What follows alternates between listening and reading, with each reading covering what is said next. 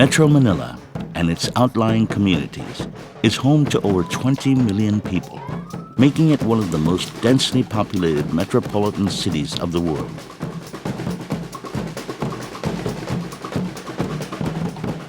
Filipinos are fun-loving people, with seemingly no worries in the world. It is a city of contrasts, with the wealthy few controlling virtually all of the wealth, a small developing middle class, and the poor, who constitute the majority of the population. Behind a glittering surface, there is a dark side of Metro Manila.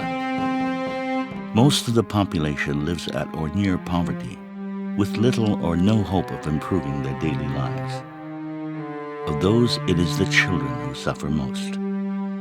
If they are lucky, they can have reasonably happy lives, thanks to the strong family ties inherent in the Filipino culture. But often those family ties are broken as a result of the extreme poverty, which ultimately results in neglect through drug abuse, alcoholism, and various forms of emotional, physical, and sexual abuse. Mahirap po, lalo na wala ka pong bahay dito sa lansangan. Tapos, ang dami pa pong makikitang hindi maganda. Makikita mo po yung ibang bata na napapariwara na po. Nakikita mo na lang nagsisolvent, nagda-drug addicts. So yun po, mahirap po talaga. The abuse often occurs at the hands of close relatives. So many children run away to escape the terror, while others are simply abandoned to fend for themselves. It is estimated that there are over 200,000 street children in the Philippines, and the number has grown steadily each year. Because sometimes people don't give you food or begging. No, they say no business, all right? They couldn't find food from the garbage bins, so they steal. They kill if necessary. Sabi niya ano raw gusto ko. Papatay nila ako na lalaban nila.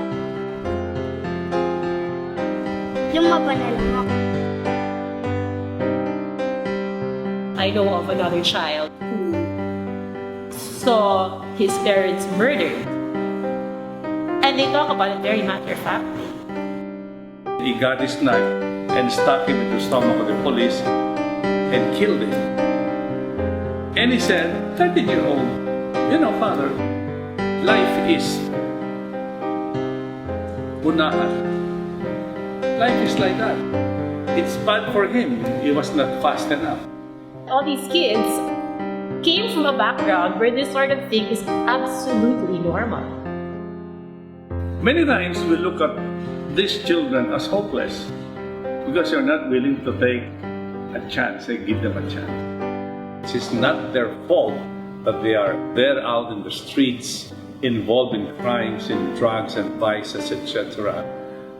There got to be a fair chance and a big, beautiful chance for that.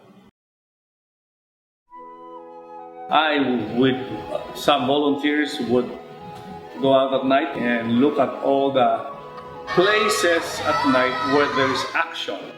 What are the places? Parking lots, bus terminals, wet market, even cemeteries. You won't believe it, it's appalling. So we provide food, shelter, clothing. They never went to school. We provide education, which in the normal life for those who are not that poor is normal.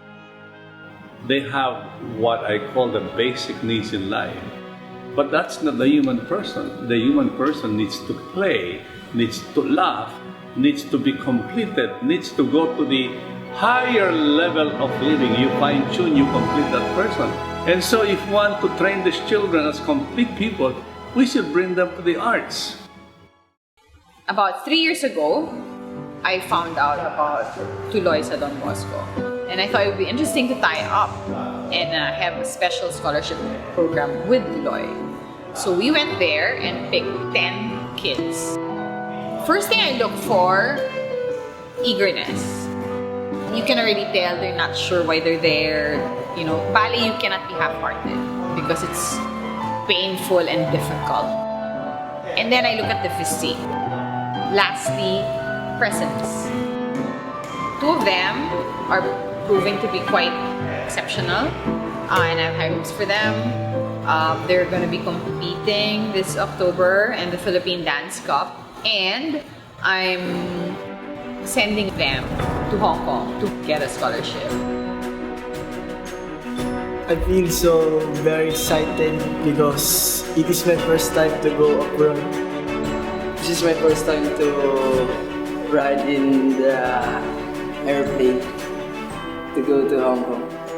Even if you're not a ballet dancer, the kind of discipline, the kind of devotion, the kind of teamwork, the kind of timing, listening, executing, and feeling a sense of confidence, it can be school for life. Something like dance, it's equal footing for everyone. Worst case scenario, there are many dancers that get jobs in cruise ships, in Disneyland, Universal Studios. They make good money. And of course, best case is they join a serious ballet company abroad, in Europe or in the States. I know a lot of dancers who are abroad now, in Barcelona and in Berlin, in Paris. If you were a street child, there's really only so much you can look forward to. These knives, these ice picks were surrendered by the children to me. And when they say, "Father, I don't need this anymore," that's a victory.